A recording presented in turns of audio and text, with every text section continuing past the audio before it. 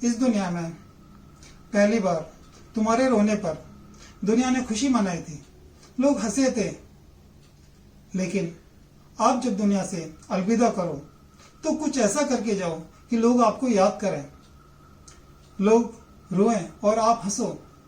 आज मैं इसी के ऊपर आपको एक छोटे से गांव के रघु काका की कहानी सुनाता हूँ। रघु काका इसी गांव के पोस्ट ऑफिस में डाकिया की सर्विस करते थे।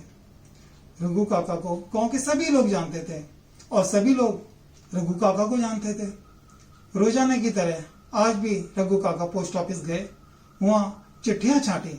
उन चिट्ठियों में से एक ऐसी चिट्ठी थी जो आज पहली बार आई थी। रघु काका को उसका पता नहीं मालूम था। रघु काका ने सोचा, चलो मुझे तो चिट्ठियां बांटनी है, मैं ले चलता हूँ। रघु काका वो सारी चिट्ठियां ले गए। पहले उन्होंने वो सारी चिट्ठियां बांट दी जिनका एड्रेस उनको पता था। लास्ट में वो चिट्ठी जिसका एड्रेस उनके पास नहीं था, उनको नहीं पता था, उन्होंने उसका पता मालूम किया और वहां पर पहुंच गए। नीम के पेड़ के पीछे एक पुराना सा टूटा हुआ सा मकान था। रघु काका ने दरवाजे खटखटाया। अंदर से आवाज आई, कौन है? रघु काका ने बोला, डाकिया, मैं आपकी चिट्ठी लेके आया हूं। अंदर से आवाज आई, दरवाजे के नीचे से डाल दो। रघु काका को बड़ा गुस्सा आया कि मैं तो चिट्ठी इतनी दूर से लेके आया हूं, ये दरवाजा भी नहीं खोल सकते। रघु काका ने कहा, रजिस्ट्री है, साइन करने पड़ेंगे। अंदर से फिर आवाज आई, मैं अभी आती हूं। थोड़ी देर हो गई, दरवाजा नहीं खुला। रघु काका को गुस्सा आया। रघु काका ने दोबारा कहा, मेरे पास और भी काम है, सिर्फ एक ही चिट्ठी नहीं है। अंदर से आवाज आई, अभी आती हूं। इतने में दरवाजा खुला। रघु काका ने जैसे ही दरवाजा खुला देखा, वो शायद देखते ही रह गए। उनकी जिंदगी में आज पहली बार ही ऐसा हुआ था जो वो देख रहे थे। एक 14-15 साल की लड़की जिसके दोनों पैर नहीं थे, अपंग थी। शायद किसी तरह से अंदर से लेके बाहर तक वो आई होगी, उसने दरवाजा खोला होगा। रघु काका अपने आप में भी शर्मिंदा हो रहे थे। रघु काका ने चिट्ठी पकड़ाई और साइन करवाए और चल दिए। रघु काका घर पे ही पहुंचे तो उनको ये बात उनके माइंड में आती रही। खैर, रघु काका फिर पोस्ट ऑफिस डेली की तरह जाने लगे। 8-10 दिन बाद फिर एक चिट्ठी आई, उसी पते की थी। रघु काका फिर उस घर पर पहुंचे। फिर उन्होंने दरवाजा खटखटाया। अंदर से आवाज आई, कौन है? रघु काका बोले, डाकिया हूं, चिट्ठी लेके आया हूं। अंदर से आवाज आई, मैं अभी आती हूँ। रघु काका बोले, नहीं बेटी रानी, आने की जरूरत नहीं है, मैं दरवाजे के नीचे से डाल देता हूँ। कि नहीं रघु काका, आप रुकिए, मैं आती हूँ।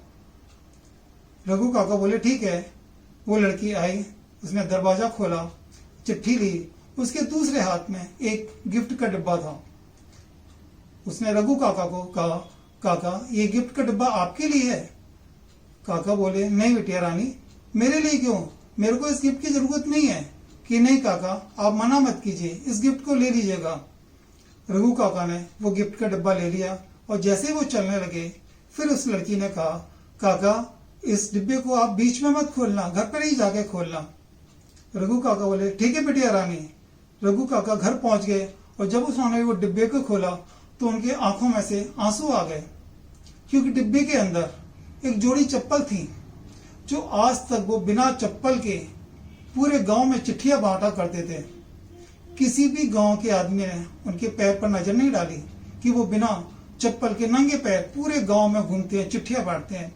लेकिन आज एक ऐसी लड़की जिसके खुद के पैर नहीं, उसने रघु काका के पैर पर नजर डाली। रघु काका देख के रोने लगे और उन्होंने भगवान को और उस लड़की को, दोनों को शुक्रिया किया।